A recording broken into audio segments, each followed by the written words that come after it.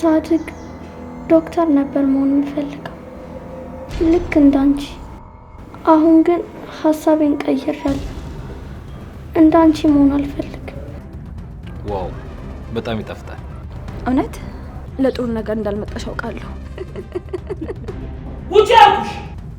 ስማ ቆይ ፍቅር ይዞሃል አይደል? ፍቅር? ለዚች ወራዳ ብለህ ሚስት ላይ እየጮክ ነው።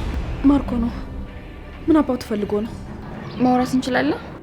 አባ የዶክተር ጉዳይ ይዞኝ ነው እንጂ ያንቺንም ነገር የረሳውልሽ እንዳይመስልሽ። በጣም አናድጄዋለሁ። ለዛ ነው ያኮረፈኝ። ባለፈው ለቤርሲ እንደዚህ አይነት መጽሐፍ ገዝቼላት ነበር። ከዚህ በኋላ የማዝን አይመስለኝም። ለሷ ስትል ቤቱ ልታፈርስ ነው?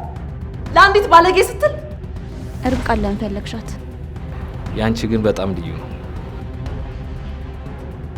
ውጪ ሰው እየፈለገች ነው። ማን? ምንም ይቅርታ የሚያስጠይቅ ነገር የለም። እውነቱን ንገሪ፣ ምንድን ነው?